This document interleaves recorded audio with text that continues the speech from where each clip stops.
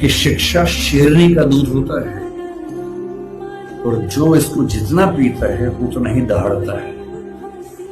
बिना शिक्षित हुए कुछ नहीं हो सकता। और यहां तक कहा कि तुम्हारे पैर में जूते हो ना हो, हाथ में किताब होनी चाहिए। है जहाँ खाना भी अच्छा मिल रहा है, मौसम भी अच्छा है, बरसात भी बढ़िया है, हर चीज का सुकून है, तो आप बढ़िया जिंदगी जी तो लेंगे, कोई कमाल नहीं कर पाएंगे। एक वाक्य मैं कहता हूँ, महात्मा गांधी कोई तभी बन सकता है जब देश पराधीन हो। आजाद देश में महात्मा गांधी बन ही नहीं सकता कोई। कितना भी मुश्किल हो, अगर आपने 3 साल उस पर ठीक से खर्च कर दिए तो मान के चलिए कि उसमें आपको सक्सेस मिलनी तय हो जाएगी।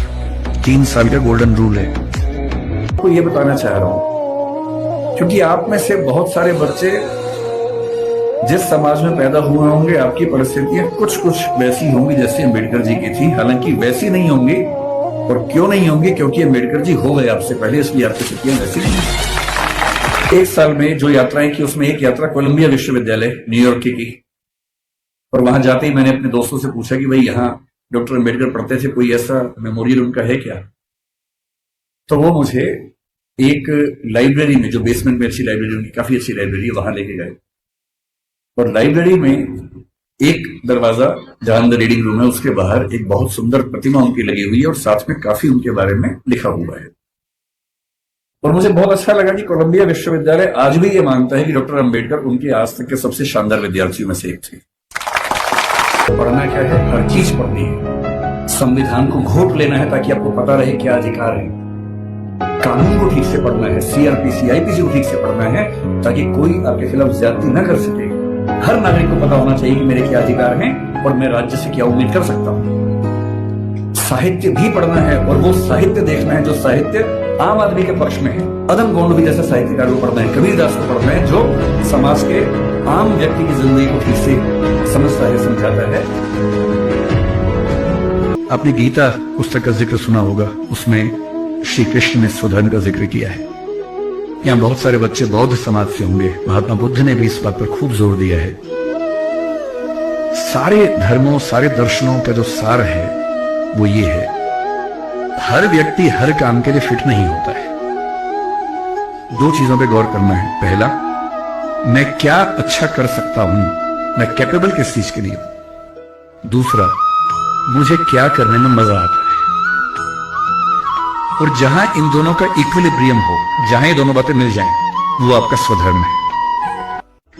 पढ़ना लिखना सीखो ओ मेहनत करने वालों।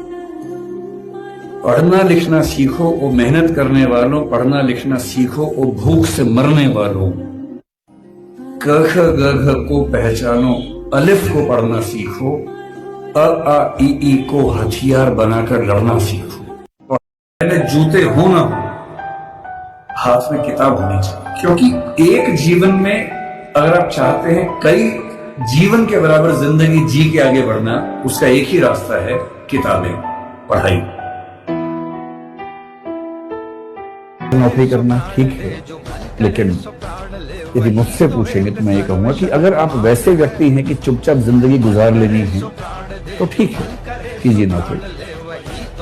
नौकरी करनी है, साथ में कुछ किताबें लिखनी है तो कीजिए नौकरी। पर यदि कुछ बड़ा सोचा है, अगर आप चाहते हैं कि आप इस देश और समाज को कुछ बड़ा योगदान दे सके, तो सबसे अच्छा विकल्प है उद्यम। और उद्यम का मतलब केवल आर्थिक उद्यम नहीं होता है। उद्यम का मतलब है कि आप जोखिम लेने वाले व्यक्ति हैं, आप बहुत शांत व्यक्ति नहीं है। और जोखिम लेना कुदरत ने सिखाया, हमें प्रकृति ने सिखाया है। प्रकृति के विधान में सुरक्षा नहीं होती, प्रकृति के विधान में जोखिम ही जोखिम है। वो तो हमने शहरों में, गांवों में सुरक्षा डेवलप कर ली है और थोड़ी बहुत सुरक्षा जिंदगी में रहे तो अच्छा भी लगता है। लेकिन जंगल का नियम, प्रकृति का नियम सुरक्षा पे नहीं टिका है, वो खतरों पे टिका है, जोखिम पे टिका है। ये विषय पे अक्सर ही कहा जाता है कि ये सब्जेक्ट आपकी इमोशंस को खत्म कर देता है, मतलब और आप बिना इमोशंस के लाइफ को एंजॉय नहीं कर सकते। खत्म मतलब नहीं करता है, गलतफहमी है। करता क्या है कि आपको मैच्योर बना देता है। और मैच्योर होने का एक अनिवार्य मतलब है कि आपका अपने इमोशंस पर कंट्रोल बेहतर हो जाता है। लेकिन ये जरूर है कि आप उसके बाद दर्शन ठीक से पढ़ने के बाद आप सड़क पे गाना नहीं गा सकते। अपनी प्रेमिका को देखकर गीत गाना चाहें सड़क पर, घुटने पे बैठ के अंगूठी पहनाना चाहें, वो सब नहीं हो पाएगा। फिर आपको हल्कापन लगेगा इस सब में। फिलोसफी पढ़ने के बाद आप नफरत भी नहीं कर पाएंगे। आपका मन करेगा नफरत करने का, नफरत आएगी नहीं दिमाग के अंदर। जिस पे नफरत होनी चाहिए उस पर दया आएगी आपको, क्योंकि आप उसकी बेचारगी भी समझ पा रहे हैं, बेचारे की। फिर कोई गाली देगा, आप सोचेंगे क्यों दे रहे गाली, फिर सोचेंगे अच्छा इतना भी नहीं समझ पा रहे, गाली देनी चाहिए, कोई बात नहीं। आप मुस्कुराएंगे, सिर पे हाथ रखेंगे, कोई बात नहीं, कोई बात नहीं, जाओ। गुस्सा ही नहीं रहा आपको दया आ रही है कि ये बेचारा इतना भी नहीं समझ पाता कि व्यर्थ काम कर रहा है। मम्मी भी नहीं समझ पाती बेचारी, जैसे ही लड़का गिरता है रोने लगता है, लड़की है क्या, लड़की है क्या। उससे लगता है कि इसमें लड़का लड़की कहां से आ गया बीच में, भाई मैं गिरा, मुझे दर्द हुआ, मैं रोया, लड़की है तो लड़की है। उसके बाद से दर्द को पीने लग जाते हैं, और पीते पीते उसके बाद दुनिया में कुछ भी उनके साथ हो, अपने पेरेंट्स से भी डिस्कस नहीं करते हैं, किसी को नहीं बताते, सारा दर्द अपने सीने में लिए लिए घूमते रहते हैं। ऊपर से मुस्कुराना भी है, क्योंकि लोग क्या कहेंगे, हंसते नहीं तो मुस्कुराते ही नहीं भाई साहब। तो भाई साहब क्या करें, धीरे धीरे एक नकली मुस्कुराहट ओढ़ देते हैं और जिंदगी भर उसको ढोते रहते हैं।